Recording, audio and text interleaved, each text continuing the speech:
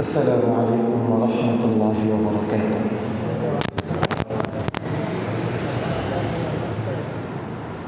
الحمد لله وكفى وسلام على عباده الذين اصطفى. أما بعد فأعوذ بالله من الشيطان الرجيم. بسم الله الرحمن الرحيم. إن الله وملائكته يصلون على النبي يا أيها الذين آمنوا صلوا عليه وسلموا تسليما. اللهم صل على محمد وعلى آل محمد كما صليت على إبراهيم وعلى آل إبراهيم إنك حميد مجيد. اللهم بارك على محمد وعلى آل محمد كما باركت على إبراهيم وعلى آل إبراهيم إنك حميد مجيد. আলহামদুলিল্লাহ, আল্লাহ রাব্বুল আলামিনের কাছে লাখো কোটি শুকরিয়া যে রব্বুল ইজ্জত ওয়াল জালাল আমাদেরকে সাইয়্যিদুল আইয়াম জুমার দিনে জুমার সালাত আদায়ের উদ্দেশ্যে মসজিদে আসার বসার কোরআন ও হাদিসের কিছু কথা বলার শোনার মতো তৌফিক দান করেছেন। আমরা আমাদের সেই মালিকের শিখানো বাক্যে মালিকের দরবারে শুকরিয়া জ্ঞাপন করছি। সকলেই বলি আলহামদুলিল্লাহ। দুরুদ ও রহমত বর্ষিত হোক রাহমাতাল লিল আলামিন হযরত মুহাম্মদ মুস্তাফা সাল্লাল্লাহু আলাইহি ওয়াসাল্লামের প্রতি। আল্লাহুম্মা সাল্লি আলাইহি আল্লাহুম্মা বারিক আলাইহি। প্রিয় মসজিদের মুসল্লি ভাইরা, এই মসজিদ আল্লাহর ঘর, আর মুমিন মুসলমানদের জন্য এটা ইবাদতের এক কেন্দ্রবিন্দু এবং মুমিন মুসলমানদের সামাজিক মিলনেরও এক চমৎকার কেন্দ্রবিন্দু। তো আজকের জুমাতে আমরা আমাদের জানা কিছু বিষয় আবারও রিমাইন্ডার করে নেব।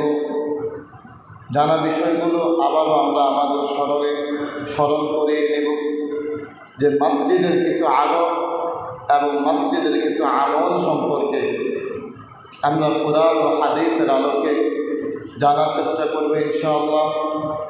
এবং আল্লাহ রাব্বুল আলামিনের কাছে দোয়া করি রব যাতে করে যে কথাগুলো বলা হবে সে কথাগুলোর উপরে আমাকে এবং যারা শ্রবণ করবে তাদেরকেও সঠিক কথাগুলোর উপরে আমল করার তৌফিক দান করেন।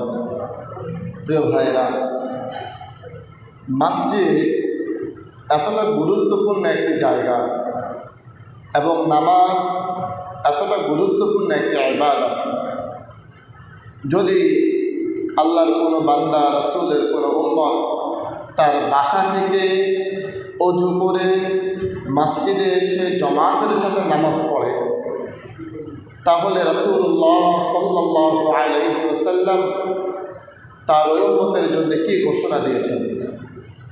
আল্লাহ রাসূল সাল্লাল্লাহু আলাইহি ওয়াসাল্লাম বলেন, মান তাওয়াদ্দা লিস-সালাতি ফাসবাগাল উযুআ সুম্মা মাশা ইলা-স-সালাতিল মাকতুবাতি ফাসাল্লাহা মা'আন নাস আও মা'আল জামাআতি আও ফিল মাসাজিদ।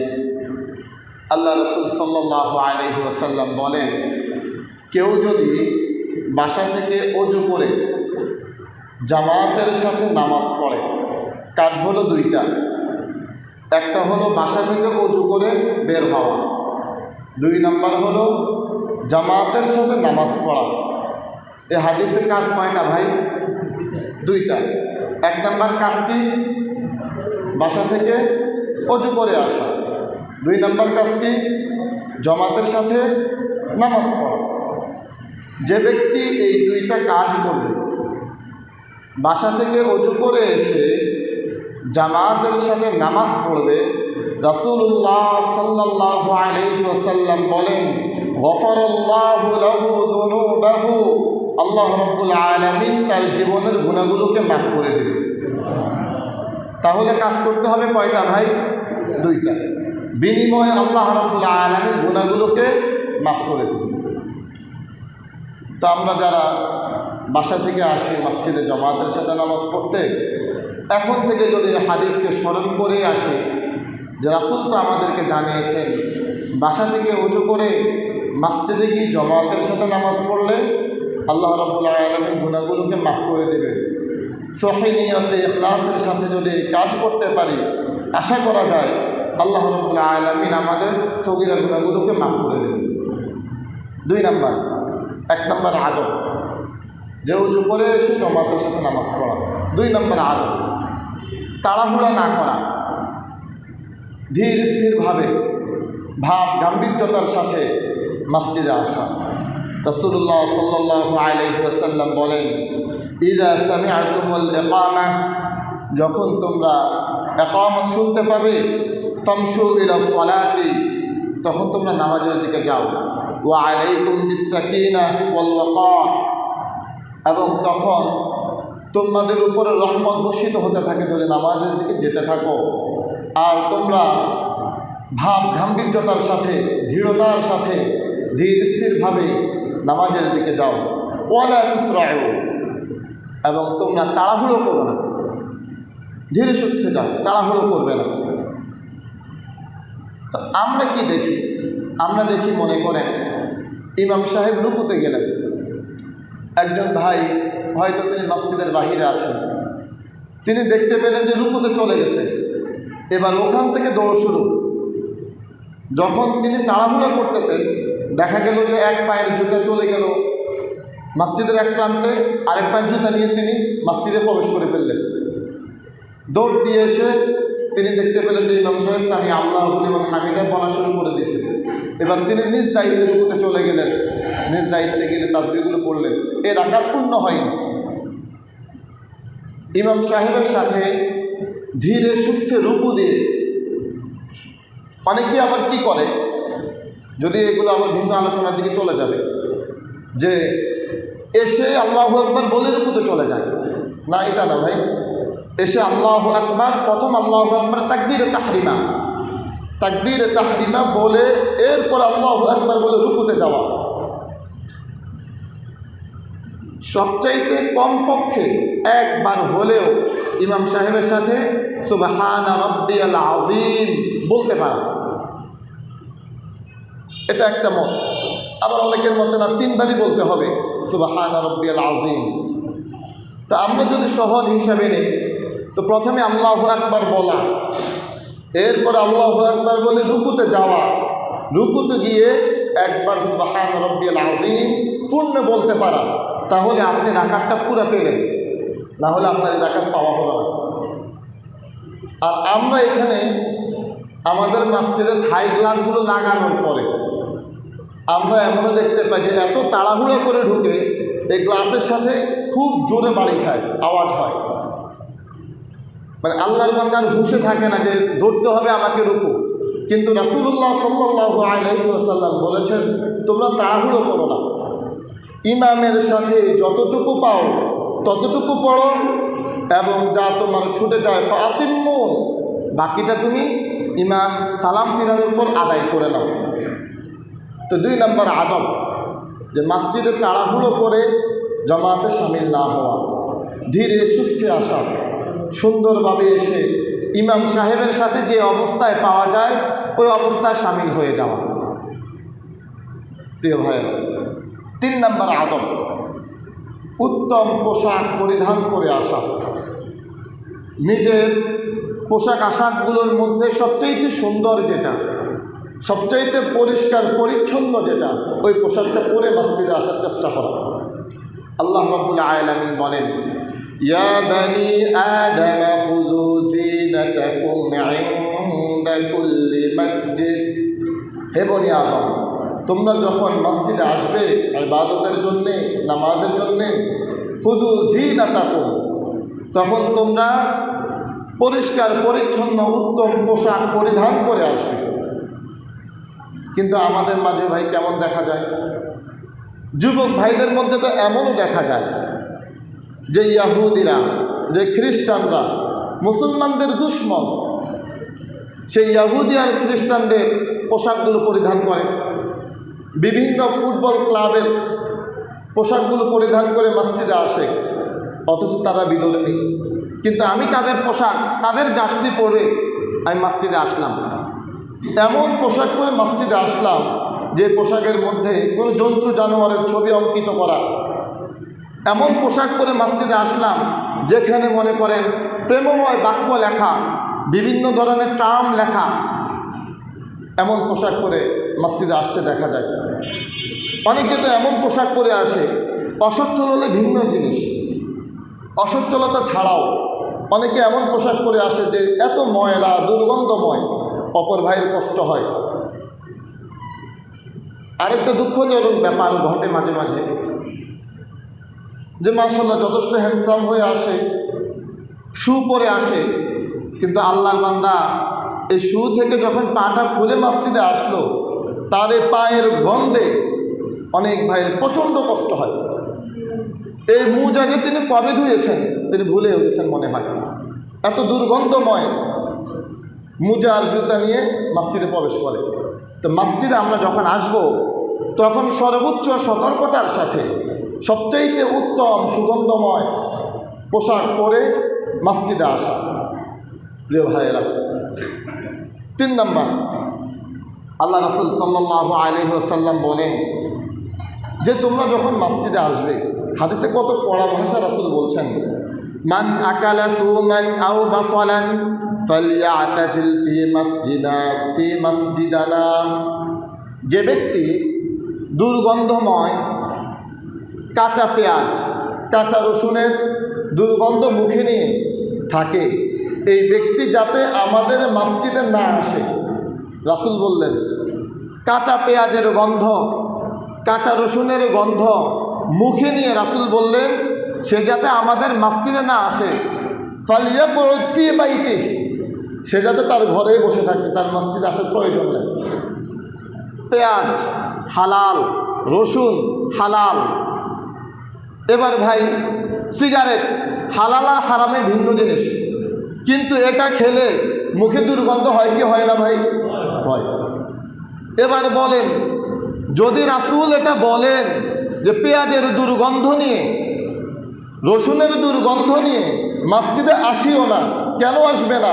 কারণ তোমার এই মুখের দুর্গন্ধের কারণে অপর ভাইয়ের কষ্ট হবে, তোমার এই মুখের দুর্গন্ধের কারণে ফেরেশতাদের কষ্ট হবে, তুমি আমাদের মসজিদে আসার দরকার নাই। এটা বলতে রাসূল কোনটা বুঝাইছেন যে তোমরা মসজিদে আসিও না, এটা বুঝাইছেন? রাসূল বুঝাতে চেয়েছেন তুমি এই দুর্গন্ধ ছাড়া মসজিদে আসো, তুমি এটাকে পরিহার করো। এখন যদি কেউ এটা বুঝে নেয় যে না আমি তাহলে যেহেতু পেঁয়াজ খাই মসজিদে যাবো না, তাহলে এই ব্যক্তি বুঝতে ভুল করেছেন। প্রিয় ভাই, যিনি সিগারেট খান, ভাই আপনার মুখের যে কি দুর্গন্ধ আর মানুষের যে কি পরিমাণ কষ্ট হয়, ওটা হয়তো বা মুখ লজ্জা আপনাকে বলতে পারে না। আমাদের কাছে বলতে ভাই, ইমাম সাহেবদের কাছে, মুয়াজ্জিন হুজুরদের কাছে, খতিব সাহেবদের কাছে মানুষের প্রত্যাশা থাকে, মানুষ আসেন, বিভিন্ন বিষয়ে কথা বলেন। আমরাও চাই যে মানুষ আসুক, কথা বলুক, আমরা মানুষদের সাথে মিশতে চাই, সুখ দুঃখের ভাগিদার হতে চাই, গুরুত্ব দিই মানুষদেরকে। কিন্তু ভাই এমন ভাই আপনি যখন আসেন, আপনি তো এসে আলহামদুলিল্লাহ কাছেই বসেন, আমরা আপনাদেরকে কাছেই টেনে নিতে চাই, কিন্তু আপনার এই মুখের দুর্গন্ধের কারণে কি পরিমাণ যে কষ্ট হয় ভাই। আপনাকে তো ভাই বলছি, আপনাকে তো মহব্বতই করছি ভাই, আপনার এই মুখের দুর্গন্ধের কারণে কি পরিমাণ যে কষ্ট হয় আপনাকে সেটা মুখের ভাষায় বলে বোঝাতে পারি না। প্রিয় ভাইয়েরা, এজন্যে প্রত্যেকটা মুসলমান, আর এক মুসলমান, এক ইমানদার কেন সিগারেট খাবে, কেন এই কাজ করবে? এই কাজের ফায়দা কি? কোনো মুমিন মুসলমান অহেতুক কোনো কাজ করতেই পারে না। যেই কাজে তার দুনিয়ার কোনো উপকার নাই, যেই কাজে তার পরকালের কোনো উপকার নাই, এমন কোনো কাজ মুমিন মুসলমানের দ্বারা করাই হতে পারে না।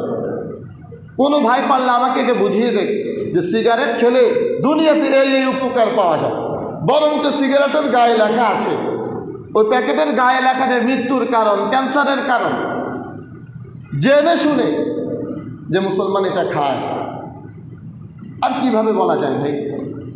তো রাসূলুল্লাহ সাল্লাল্লাহু আলাইহি ওয়াসাল্লাম বলেছেন, এই দুর্গন্ধময় মুখ নিয়ে তোমরা মসজিদে আসিও না। তার মানে হলো তুমি এই দুর্গন্ধময় কাজকে ছেড়ে দাও, সেই কাজ ছেড়ে দিয়ে রবের মসজিদের দিকে ধাবিত হও। তো আমাদের 4 নম্বরে আদব গেল যে দুর্গন্ধ ছেড়ে দিয়ে মসজিদের দিকে আসা। 5 নম্বর আদব, আল্লাহ রাসূল সাল্লাল্লাহু আলাইহি ওয়াসাল্লাম তার জীবনে যেই কাজই করতেন তিনি ডান থেকে শুরু করতেন। এটা সুন্নাত। আমি যখন আমার পাঞ্জাবিটা গায়ে দিব, আমি যখন আমার গেঞ্জিটা গায়ে দিব, আমি যখন আমার পায়জামাটা পরব, আমি যখন আমার লুঙ্গিটা পরব, তখন ডান হাতটা আগে ঢুকানো, ডান পাটা আগে ঢুকানো। লুঙ্গি যখন ভাঁজ করব ডান পাশেরটা আগে মুছড়িয়ে দেওয়া। যদি এই সেন্সে করতে পারি যে ডান রাসূলের সুন্নাত আর আমি রাসূলের সুন্নাত হিসেবে ডান হাতটা আগে ঢুকালাম, তাহলে যতক্ষণ পর্যন্ত আমার গায়ে পাঞ্জাবিটা থাকবে ততক্ষণ পর্যন্ত আমি রাসূলের সুন্নাত হিসেবে ইবাদতের মধ্যে শামিল থাকলাম। প্রিয় ভাইয়েরা, তো এই জন্যে ডান যেহেতু সুন্নাত, ডান দিয়ে কাজ শুরু করা। সুন্নাত হলো যে মসজিদে যখন প্রবেশ করব তখন কোন পা দিয়ে প্রবেশ করব ভাই? ডান পা দিয়ে প্রবেশ করা। এবং জবানে দোয়া পড়া, আল্লাহুম্মা ইফতাহলি আবওয়াব রাহমাতিক, বিসমিল্লাহি ওয়াসসালাতু ওয়াসসালামু আলা রাসূলিল্লাহ, আল্লাহুম্মা ইফতাহলি আবওয়াব রাহমাতিক। এবং বের হওয়ার সময় বাম পা দিয়ে বের হওয়া। বাম পা দিয়ে বের হয়ে বাম পা বাম জুতার উপরে থাকবে, আর ডান পায়ের জুতা আগে পরিধান করা, এটা সুন্নাত। তো আমরা আমাদের 5 নম্বর আদব, মসজিদের আদব এবং আমল দুটোই বলা যায়। যে আদব হলো ডান পা দিয়ে প্রবেশ করা, এবং এটাই আমলও যদি আমি রাসূলের সুন্নাত হিসাবে করি। 6 নম্বর, মসজিদে প্রবেশের পর তাহিয়াতুল মসজিদ পড়া। আল্লাহ রাসূল সাল্লাল্লাহু আলাইহি ওয়াসাল্লাম বলেন, ইযা দাখালা আহাদুকুমুল মসজিদ ফালা ইয়াজলিসু হাত্তা ইউসাল্লি রাকআতাইন। যখন তোমাদের কেউ মসজিদে প্রবেশ করবে তখন সে যাতে 2 রাকাত নামাজ না পড়া ব্যতীত না বসে, সে যাতে অবশ্যই 2 রাকাত নামাজ পড়ে বসে। এটা হলো তাহিয়াতুল মসজিদ বা দুখুলুল মসজিদ। এখন আরেকটা বিষয় এখানে আছে, রাসূল বলেছেন যে তাহিয়াতুল মসজিদ না পড়ে যাতে না বসে। এর দ্বারা এটা নয় যে মনে করেন 1 মিনিট সময় আছে আর জমাতের বাকি, এখন এই 1 মিনিট সময় আপনাকে রাসূল দাঁড়িয়ে থাকতে বলেছেন। আদব হলো নামাজের জন্যে বসে অপেক্ষা করা, এটা আদব। দাঁড়িয়ে অপেক্ষা করা যাবে না ওটা আমি আপনাকে বলছি না, কিন্তু দাঁড়িয়ে অপেক্ষা করা এটা অসুন্দর। মুসল্লিরা দাঁড়াবে কখন? ইমাম সাহেব যখন তার স্বস্থানে গিয়ে দাঁড়াবে এরপর মুসল্লিরা দাঁড়াবে। কিন্তু ইমামের আগে মুসল্লিরা কাতারে দাঁড়িয়ে যাওয়া এটা আদবের খেলা, এটা অসুন্দর জিনিস। এজন্য সময় হয়ে গেলেও, নির্দিষ্ট সময় হয়ে গেলেও ইমাম সাহেব নিজের স্বস্থানে দাঁড়ানোর আগে মুসল্লি দাঁড়ানো উচিত না, এটা অসুন্দর। অনেক সময় দেখা যায় যে জরুরতের কারণে অথবা কোনো কারণে ইমাম সাহেব বসা আছেন, ঘড়ির টাইম তো ভাই ইমাম সাহেবরাও চেনে, দেখতে পাচ্ছেন যে 1:30 বেজে গেছে, হয়তো মুয়াজ্জিন হুজুরের জন্য অপেক্ষা। এবার সকলেই পিছনের দিকে তাকায়, ইমাম সাহেবের দিকে তাকায়, মনে হচ্ছে যে উনি দেখে না। আপনি বুঝে নেন যে কোনো না কোনো কারণে অপেক্ষা করছে, সময় হলে দাঁড়িয়ে যাবে ইনশাআল্লাহ। এজন্যে আদব হলো যে এই 2 রাকাত তাহিয়াতুল মসজিদ পড়ে বসা। যদি সময় না থাকে তাহলে সলাতের জন্যে, জামাতের জন্যে বসে অপেক্ষা করা, এটা আদব। 7 নম্বর, আজান শ্রবণ করা এবং আজানের জবাব দেওয়া। মুয়াজ্জিন যা বলে মুয়াজ্জিনের সাথে হুবাহু তাই বলা। আর হাইয়া আলাস সালাহ এবং হাইয়া আলাল ফালাহ যখন বলবে তখন এই 2টার সময় লা হাওলা ওয়ালা কুওয়াতা ইল্লা বিল্লাহ পড়া। আর বাকি সকল বাক্যগুলোতে মুয়াজ্জিন যা বলে মুয়াজ্জিনের সাথে তাই বলা, অতিরিক্ত না করা। এবং আজানের পর রাসূলুল্লাহ সাল্লাল্লাহু আলাইহি ওয়াসাল্লাম বলেন, যে ব্যক্তি এই দোয়াটা পড়বে, আল্লাহুম্মা রাব্বা হাযিহিদ দা'ওয়াতিত তাম্মাহ ওয়াস সালাতিল কায়িমাহ আতি মুহাম্মাদানিল ওয়াসিলাতা ওয়াল ফাদিলা ওয়াবআথহু মাকামান মাহমুদানিল্লাযী ওয়া'আদতা। এতটুকু পর্যন্তই প্রসিদ্ধ হাদিস, সহিহ হাদিসগুলোতে আছে। এবং আরেকটা হাদিসের বর্ণনায় ইন্নাকা লা তুখলিফুল মিআদ, এই অংশটাও পাওয়া যায়।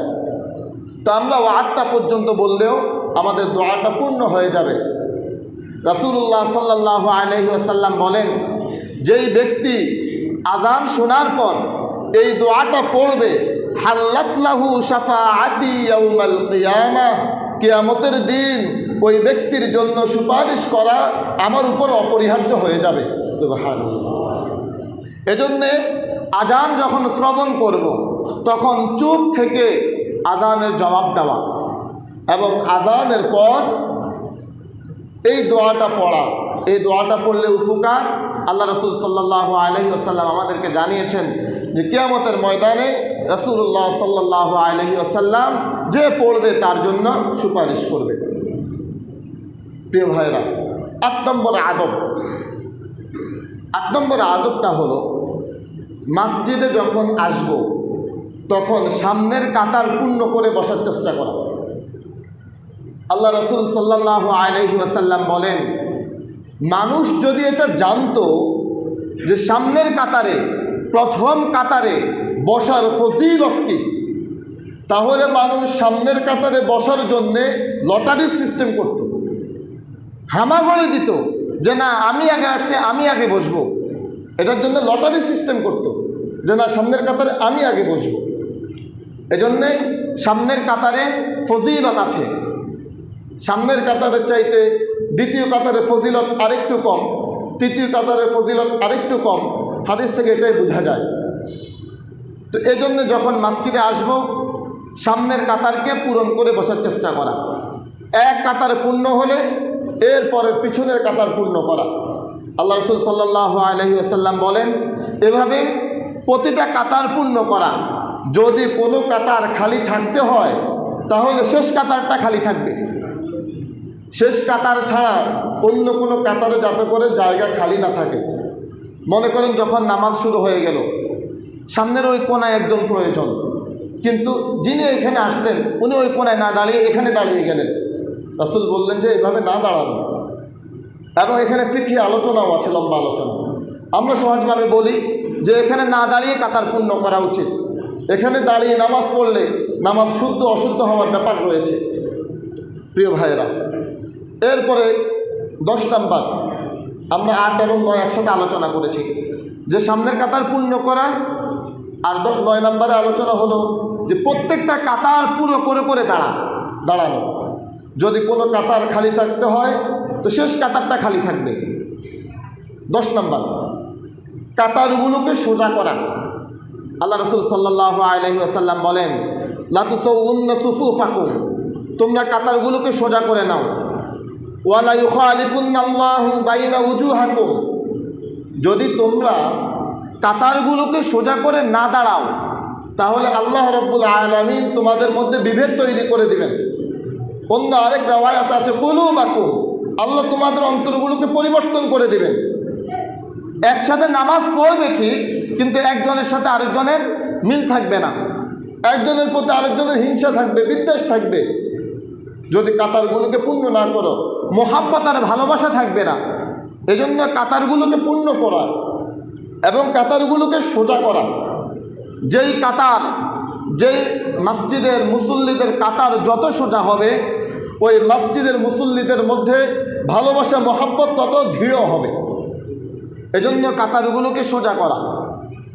চেয়ারে বসে নামাজ পড়া না পড়া নিয়ে অনেক বিষয় আছে, কিন্তু আমরা আমাদের মসজিদে বলেছি যে আমাদের মসজিদে আপনি ভাই অসুস্থ, আপনি লম্বা সময় যদি মসজিদে অপেক্ষা করতে হয়, আলোচনা শুনতে হয়, চেয়ারে বসে আলোচনা শুনেন। তবে যখন নামাজ হবে, যখন সালাত হবে, তো আপনি যদি যথাযথভাবে সিজদা দিতে না পারেন, আপনাকে চেয়ারে বসেই যদি নামাজ পড়তে হয়, তাহলে আপনার জন্য পদ্ধতি যে আপনি তো দাঁড়াবেন। অনেক ভাই এমন করে যে দাঁড়ানোর জায়গায় একটু সামনে দেয়, মনে করেন কাতারটা এখানে, কিন্তু ওনার চেয়ারটা এখানে, কিন্তু উনি দাঁড়িয়েছেন এখানে, বাকি সবার কাতার ওখানে, উনি একটু সামনে। তো এই কাতার তো ভাই সোজা হলো না। এই কাতার সোজা না হলে রাসূল বললেন যে কুলুবাকুম, অন্তরগুলোকে পরিবর্তন করে দেওয়া হবে। এজন্য আমরা বলেছি যে কাতার সোজা থাকতে হবে। আপনার চেয়ারটাকে আপনি সামনে রেখে দেন। পূর্ণ নামাজ আপনি দাঁড়িয়ে আদায় করবেন, পূর্ণ নামাজটা দাঁড়িয়ে আদায় করবেন। দাঁড়িয়ে আদায় করার পর আপনি আবার চেয়ার নিয়ে জায়গায় বসে যান। আপনার পরিপূর্ণ নামাজ আপনি দাঁড়ায় আদায় করেন।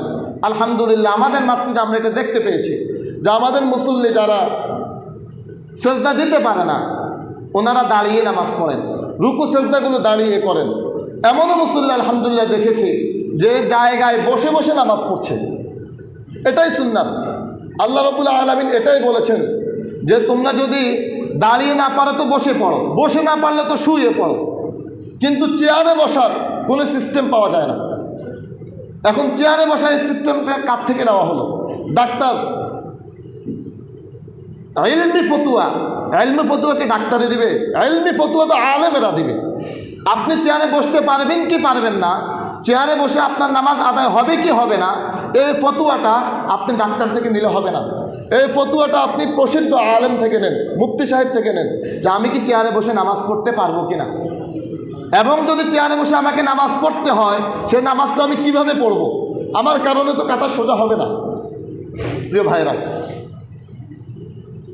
তো আমাদের 10 নম্বর বিষয় বললাম যে চেয়ারে কাতারগুলোকে সোজা করা। 11 নম্বর বিষয়, খুবই চমৎকার বিষয়, খুব মনোযোগ দিয়ে শোনেন। জুমার দিনের বিষয় এবং জুমার দিনের ফজিলত। আল্লাহ রাসূল সাল্লাল্লাহু আলাইহি ওয়াসাল্লাম বলেন, কেউ যদি বাসা থেকে ওযু করে পায়ে হেঁটে মসজিদে এসে চুপ থেকে মনোযোগ সহকারে, 4টা কাজ। বাসা থেকে ওযু করে পায়ে হেঁটে মসজিদে এসে চুপ থেকে মনোযোগ সহকারে খুতবা শ্রবণ করে। কাজ কয়টা ভাই? 4টা। ওযু করা, পায়ে হেঁটে আসা, চুপ থাকা, মনোযোগ সহকারে শোনা। এই 4টা কাজ যে ব্যক্তি করবে, আল্লাহ রাসূল সাল্লাল্লাহু আলাইহি ওয়াসাল্লাম বলেন, গুফিরা লাহু মা বাইনাহু ওয়া বাইনাল জুমআ, ওই ব্যক্তির এক জুমা থেকে অপর জুমা পর্যন্ত যত গুনাহ আছে আল্লাহ রাব্বুল আলামিন সকল গুনাহগুলোকে মাফ করে দেবেন। এখন আমাদের ডান কাঁধের যে ফেরেশতা, এই ফেরেশতার কাছে 10-এর নিচে কোনো সংখ্যা নাই। তো শুক্রবার থেকে শুক্রবার তো 7 দিন, শনি থেকে যদি আপনি হিসাব করেন তো 7 দিন, এর কাছে তো 10-এর নিচে হিসাব নাই। এখন 10 পূর্ণ করবে কিভাবে? এজন্য রাসূলুল্লাহ সাল্লাল্লাহু আলাইহি ওয়াসাল্লাম বলেন, ওয়া জিয়াদাহু সালাসাতু আইয়াম, আল্লাহ রাব্বুল আলামিন আরও 10 দিন, আরও 3 দিন পূর্ণ করে 10 পূর্ণ করে দেন। তার মানে কেউ যদি বাসা থেকে ওযু করে পায়ে হেঁটে মসজিদে এসে চুপ থেকে মনোযোগ সহকারে খুতবা শুনে, ওই ব্যক্তির 10 দিনের সগীরা গুনাহসমূহকে আল্লাহ রাব্বুল আলামিন ক্ষমা করে দেন। 1 নম্বর ফজিলত। 2 নম্বর ফজিলত, যদি পায়ে হেঁটে আসে, আল্লাহ রাসূল সাল্লাল্লাহু আলাইহি ওয়াসাল্লাম বলেন, কানা লাহু বিকুল্লি খুতওয়াতিন ইয়াখতু বিহা আজরু সানাতিন সিয়ামুহা, তার প্রত্যেকটা কদমের বিনিময়। এই যে ফজিলত বলা হচ্ছে, এটা কোন দিনের ফজিলত ভাই? জুমার দিনের। যদি বাসা থেকে ওযু করে পায়ে হেঁটে আসে, এরপরে মসজিদে এসে কথা বলবে না চুপ থাকবে? মনোযোগ না অমনোযোগ? মনোযোগ। এই 4 কাজ যে করবে, যদি পায়ে হেঁটে এসে এই কাজগুলো সে করে, প্রত্যেকটা কদমের বিনিময়ে আল্লাহ রব্বুল আলামিন তার আমলনামায় পূর্ণ 1 বছরের সিয়াম রাখার নেকি দিয়ে দিবেন। প্রত্যেকটা কিসের বিনিময়ে? কদমের বিনিময়ে। আজরু সানাতিন সিয়ামুহা, শুধু তাই না, আল্লাহ রাসূল বলেন ওয়াকিয়ামুহা, এবং তার আমলনামায় নফল নামাজ পড়ার 1 বছর, পূর্ণ 1 বছর নফল নামাজ পড়লে যে সওয়াব হয়, ওই সওয়াব তার আমলনামায় দিয়ে দিবেন। তাহলে কাজ কয়টা ভাই? 4টা। 1 নম্বর কাজ কি? ওযু করে আসা। 2 নম্বর কাজ কি? 3 নম্বর কাজ কি? চুপ থাকা। 4 নম্বর কাজ কি? মনোযোগ দিয়ে শোনা। তাহলে ফজিলত 3টা। 10 দিনের গুনাহ মাফ, প্রত্যেকটা কদমের বিনিময়ে 1 বছর নফল সিয়াম, এবং প্রত্যেকটা কদমের বিনিময়ে 1 বছর নফল কিয়াম, নফল নামাজ। এবার দেখেন, যে ব্যক্তি মসজিদে এসে চুপ না থেকে মনোযোগ ছাড়া যদি কাজ করে, অমান মাসাল হাসা ফাকাদ লাগা, রাসূল বলেন যে লাগো কাজ করলো সে সকল নেকি থেকে বঞ্চিত হয়ে গেল। এখন সুবহানাল্লাহ, নাউজুবিল্লাহ, নাউজুবিল্লাহ। তাহলে দেখেন, যদি শুধুমাত্র সতর্কতার সাথে আপনি অজু করে পায়ে হেঁটে এসে চুপ থেকে মনোযোগ সহকারে আলোচনাটা শোনেন, খুতবাটা শোনেন, তাহলে রাসূল বলেছেন যে আপনার 10 দিনের গুনাহ মাফ, 1 বছর নফল সিয়ামের নেকি, 1 বছর নফল কিয়ামের নেকি। এটা কি মসজিদে আসার না প্রতি কদমের? প্রতি কদমের বিনিময়। কিন্তু আপনি ভাই এসে যদি মাসাল হাসা ফাকাদ লাগা, লাগু কাজ কোনটা? রাসূল বললেন যে আপনার সামনে একটা কঙ্কর পড়ে আছে অথবা একটা কিছু পড়ে আছে, আপনি এটাকে টোকা দিলেন, কিন্তু এটা টোকা দেওয়ার কোনো প্রয়োজন আপনার ছিল না, আপনি এটাকে টোকা দিলেন, আপনি লাগু কাজ করলেন, আর এই লাগু কাজ করার কারণে সকল নেকি থেকে আপনি বঞ্চিত হলেন, আপনার আমলনামার নেকিগুলো গেল না। আল্লাহ রাসূল সাল্লাল্লাহু আলাইহি ওয়াসাল্লাম আর হাদিসে বলেন, লাগু কাজ কি? ইযা কুলতা লিসাহিবিকা ইয়াউমুল জুমআতি আনসিত, যদি তুমি তোমার অপর ভাইকে বলো যে চুপ থাকো, যেমন আমাদের দোতলায়, আমাদের 3 তলায় কিছু যুবক ভাইরা এমন আসে যে মানুষ অতিষ্ঠ হয় যে নামাজ পড়তে পারি না, অথচ তারা যদি শুধুমাত্র এই 4টা কাজ করে, 2টা কাজ তো বাহিরের আর 2টা কাজ মসজিদের, মসজিদে আসার পরে যদি চুপ থেকে মনোযোগ সহকারে এই কাজগুলো করে, তাহলে তাদের জন্য কতগুলো নেকি। কিন্তু তারা যখন এই কাজগুলো করে, তখন অন্য কেউ যদি তাকে এটা বলে যে চুপ করো, রাসূল সাল্লাল্লাহু আলাইহি সাল্লাম বলেন ওয়াল ইমামু ইয়াখতুব, এবং ইমাম যদি তখন খুতবায় থাকে, ফাকাদ লাগা, যিনি বললেন যে চুপ থাকো তিনি লাগু কাজ করলেন। তার মানে যিনি চুপ করতে বললেন তিনিও তার নেকিগুলো হারাইলেন। এজন্য আমাদের প্রত্যেকের উচিত যে যখন শুক্রবারে মসজিদে আসব, তখন চুপ থেকে মনোযোগ সহকারে কথাগুলোকে শ্রবণ করা, আর অন্য কাউকে যদি দুষ্টমি করতেও দেখি, কথা বলতেও দেখি, বড় জোর ইশারায় বলার চেষ্টা করা। আর হাদিসের উপর আমল করলে আপনি ভাই আপনার গতিতেই থাকেন, ওটা ইমামের কাজ। ইমাম সাহেব বলবে যে আপনি চুপ করেন, আপনি কথা বলবেন না, এটা ইমাম সাহেবের কাজ। প্রিয় ভাইয়েরা, যদি কোনো মুসল্লি এটা করে যে চুপ করেন, কথা বলবেন না, তো রাসূল বললেন যে তিনি লাগু কাজ করলেন, আর এই লাগু কাজ করলে ওই নেকি সব থেকে বঞ্চিত হলেন। এজন্য শুক্রবারের 2টা ফজিলত আমরা জানলাম। 1 নম্বর ফজিলত হলো যে আমরা যদি 4টা কাজ করতে পারি, বাসা থেকে অজু করে এসে পায়ে হেঁটে মনোযোগ সহকারে চুপ থেকে খুতবা শ্রবণ করতে পারি, তাহলে কয় দিনের গুনাহ মাফ হয়ে যাবে ভাই? 10 দিনের। কয় বছরের সিয়ামের নেকি হবে? কয় বছরের কিয়ামের নেকি হবে? প্রত্যেকটা কদমের বিনিময়। এবার আমার যে মুসল্লি, সে হাজীপাড়ার ওই মাথা থেকে আসে, হয়তো অনেক দূর থেকেও আসে, কিন্তু আমি তো একজনকে চিনি, আমাদের আবু সুফিয়ান ভাই, সে একদম মাথা থেকে আসে। আল্লাহ আমলনামায় কত নেকি জানিয়ে দেন। আল্লাহ রাব্বুল আলামিন যে মুসল্লির যত দূর থেকে আসে পায়ে হেঁটে, ওই মুসল্লির আমলনামায় যত নেকি দেন, আল্লাহ রাব্বুল আলামিন আমাদের প্রত্যেকের আমলনামায় ওই পরিমাণ নেকি দান করে দেন। প্রিয় ভাইয়েরা, তো জুমার দিনের ফজিলত সম্পর্কে বললাম। এরপরে মসজিদ আল্লাহর ঘর, এই মসজিদের আঙিনা পরিষ্কার রাখা, মসজিদ পরিষ্কার রাখা এটা আমাদের প্রত্যেকেরই দায়িত্ব। ইন্নাল্লাহা নাযীফুন ইউহিব্বুন নাযাফা, আল্লাহ রাব্বুল আলামিন পরিচ্ছন্ন এবং তিনি পরিচ্ছন্নতাকে ভালোবাসেন। কুল্লুকুম রাঈন ওয়া কুল্লুকুম মাসউলুন আন রাইয়াতিহি, প্রত্যেকটা মানুষই দায়িত্বশীল এবং প্রত্যেকটা মানুষকে তার দায়িত্বের ব্যাপারে জিজ্ঞাসাবাদ করা হবে।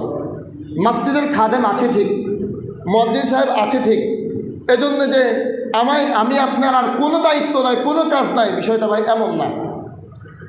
যখন আমার সামনে আমি দেখতে পেলাম যে একটা মশার রক্ত পড়ে আছে, তো এই রক্তটা মোছার জন্যে খাদেম সাহেবকেই লাগবে যে খাদেম সাহেব এটা দেখেন না কেন ভাই?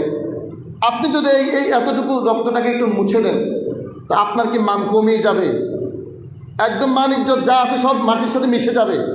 কিন্তু আপনি যদি এটা নেকির সাথে করতে পারেন যে আল্লাহ আপনার ঘর আমি পরিষ্কার করে দিলাম, বিনিময় তো চাইলে আল্লাহ রাব্বুল আলামিন আপনাকে জান্নাতও দিয়ে দিতে পারেন। একজন সাহাবী আল্লাহ রাসূল সাল্লাল্লাহু আলাইহি সাল্লামকে পানি দিতেন, পানি। তো ওই সাহাবীকে রাসূল জিজ্ঞাসা করলেন যে আমার কাছে কী চাইবে, চাও। সাহাবী বললেন ইয়া রাসূলুল্লাহ মুরাফাকাতাকা ফিল জান্নাহ, আমি জান্নাতে আপনার সাথে থাকতে চাই। দুনিয়া চাইলেন না, রাসূলকে বললেন যে রাসূল আপনার সাথে জান্নাতে থাকতে চাই। রাসূল মনে করেছেন যে ওরে যদি বলে যে কী চাইবে চাও, তাহলে ও হয়তো দুনিয়ার কিছু চাইবে, যে আমাকে এত টাকা দেন, আমাকে এত ধন সম্পদ দেন, বা আমাকে এই দিন সেই দেন। কিন্তু সে কিছু চাইল না, সে বলল যে আপনার সাথে জান্নাতে থাকতে চাই। তাহলে আমরা যদি আল্লাহর ঘর মসজিদের কোনো একটা কাজ করে, যে মসজিদের এই কাজটা করে দিলাম, আর আল্লাহকে বললাম যে আল্লাহ এই কাজটার বিনিময়ে মাওলা আপনার কাছে জান্নাত চাই, আপনি আমার জান্নাত দান করেন। একজন অসুস্থ মহিলা সাহাবী রুগী, ওনার যখন কৃমি রোগ, ওই রোগটা যখন প্রকাশ পেত তখন ওনার পরনের কাপড়টা থাকতো না। তো উনি রাসূলের কাছে আসলেন, এসে বললেন ইয়া রাসূলুল্লাহ আমার জন্য একটু আল্লাহর কাছে দোয়া করেন, আল্লাহ যাতে আমার রোগটা ভালো করে দেয়। আল্লাহ রাসূল বললেন যে আমি যদি দোয়া করি তাহলে আল্লাহ তোমার রোগটা ভালো করে দিবে, তবে তুমি যদি চাও এই রোগটা তোমার থাকবে, বিনিময়ে আল্লাহ তোমাকে জান্নাত দিবেন, কোনটা চাও? তো বললেন যে ইয়া রাসূলুল্লাহ আমি জান্নাতটাই চাই, ওই রোগটা আমার থাকুক, তবে আল্লাহর কাছে এই দোয়া করেন আল্লাহ যাতে করে আমার যখন এই রোগটা প্রকাশ পাবে আমি যাতে আমার পরনের কাপড়টা খুলে না ফেলি। প্রিয় ভাই, তো সামান্য রোগ নিরাময়ের বিনিময়ে আল্লাহ রাব্বুল আলামিন জান্নাতের ঘোষণা দিচ্ছেন রাসূল সাল্লাল্লাহু আলাইহি সাল্লামের মাধ্যমে।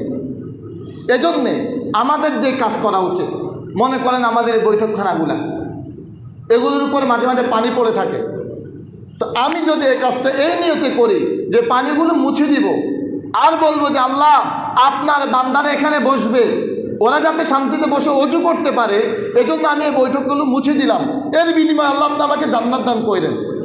আপনাকে একটা ঘটনা শুনে, আল্লাহ রাসূল সাল্লাল্লাহু আলাইহি ওয়াসাল্লাম যখন মেরাজে গেলেন, মেরাজে যাওয়ার পরে তিনি দেখতে পেলেন যে এক ব্যক্তি জান্নাতে হামাগুড়ি দিচ্ছে, গড়াগড়ি দিচ্ছে খুশিতে। রাসূল ফেরেশতাকে জিজ্ঞাসা করলেন যে এই লোকের কি হলো, ও এত খুশি কেন? ফেরেশতা বলতেছে যে এই লোক একটা ঢালকে কেন্দ্র করে আল্লাহ তাকে জান্নাত দিয়ে দিয়েছেন। ঘটনা কি? একটা ঢাল নিচু হয়েছিল, মুসলমানেরা ওই নিচু ঢালের নিচ দিয়ে আসা যাওয়া করতে মুসলমানদের কষ্ট হতো, তো তিনি শুধুমাত্র এই নিয়তে ঢালটা কাটলেন যে মুসলমানদের যাতায়াতে কষ্ট হয়, তারা যাতে করে সুন্দরভাবে যাতায়াত করতে পারে, এই নিয়তে ঢালটা কেটে দেওয়ার কারণে আল্লাহ রাব্বুল আলামিন তাকে জান্নাত দান করেছেন। তাহলে আমি আপনি যদি এই নিয়তে, ভালো নিয়তে মসজিদের কাজগুলো করি, তো আল্লাহ রাব্বুল আলামিন চাইলে আমাকে আপনাকে ক্ষমা করে জান্নাত দান করতে পারেন না? পারেন ভাই। এজন্য সকল কাজ শুধু খাদেমের দিকে আর মসজিদে যারা আছে তাদের দিকে তাকিয়ে না থেকে, যখন আমার সামনে কোনো কাজ পড়লো আর ওইটা যদি আমার সাধ্যে দেয় তো ওই কাজটা করে ফেলার চেষ্টা করা। প্রিয় ভাইয়েরা, তো আমরা মসজিদের অনেকগুলো আদব সম্পর্কে আলোচনা করেছি, আর সর্বশেষ একটা কথা বলে আলোচনা শেষ করি, এটাও আদব। আল্লাহ রাসূল সাল্লাল্লাহু আলাইহি সাল্লাম বলেন ইদা উকিমাতিস সালাতু ফালা সালাতা ইল্লাল মাকতুবা, যখন ফরজ সালাতের জন্য একামত হয়ে যাবে তখন ফরজ সালাত ব্যতীত আর অন্য কোনো সালাত পড়বে না। যেখানে একামত হয়ে গেলে নামাজ ছাড়া অন্য কোনো নামাজ নাই, তখন একামত চলাকালীন সময়ে যদি নামাজ না পড়া যায় তখন কি ভাই কথা বলা যাবে? তো তাহলে আমাদের মসজিদগুলোতে কথা চলে, এখান দিয়ে একামত চলে, ওখান দিয়ে চিল্লা চিল্লি চলে, কথা চলে। তো ভাই এগুলো তো অসুন্দর জিনিস। মসজিদে যখন আমরা আসলাম, আমরা তো আল্লাহর ডাকে আল্লাহর ঘরে এসেছি, আমরা তো মেহমান। তো মেহমানের দ্বারা অপছন্দনীয় কোনো কাজ বহিঃপ্রকাশ পাওয়া এটা অসুন্দর জিনিস। এজন্য যখন মসজিদে আসব, আরও চমৎকার ব্যাপার হলো আমরা মসজিদে এসে দুনিয়াবি অনর্থক কোনো কাজ না করা, কোনো কথা না বলা। মসজিদে আসলে আমাদের মনে হয় অনেক কথা আমাদের মনে পড়ে, অনেক কথা আমরা বলতে শুরু করি, অপ্রয়োজনীয় কথাগুলোও বলি, অনেক ক্ষেত্রে উচ্চ আওয়াজে বলি, যে আওয়াজে বলার কারণে আমার অপর ভাইয়ের কষ্ট হয়, অপর ভাইয়ের নামাজে ব্যাঘাত ঘটে। এজন্য যখন মসজিদে আসব তখন অপ্রয়োজনীয়, অনর্থক, বেদরকারী কোনো কথা বলবো না, এবং ইকামত চলাকালীন সময়ে কোনো কথা বলবো না। আল্লাহ রাব্বুল আলামিন আমাদেরকে আজকে যে কথাগুলো হলো, এই কথাগুলোর মধ্যে উত্তম কথাগুলোর উপর আমল করার তৌফিক দান করুন। ওয়া আখিরু দাওয়ানা আলহামদুলিল্লাহি রাব্বিল আলামিন।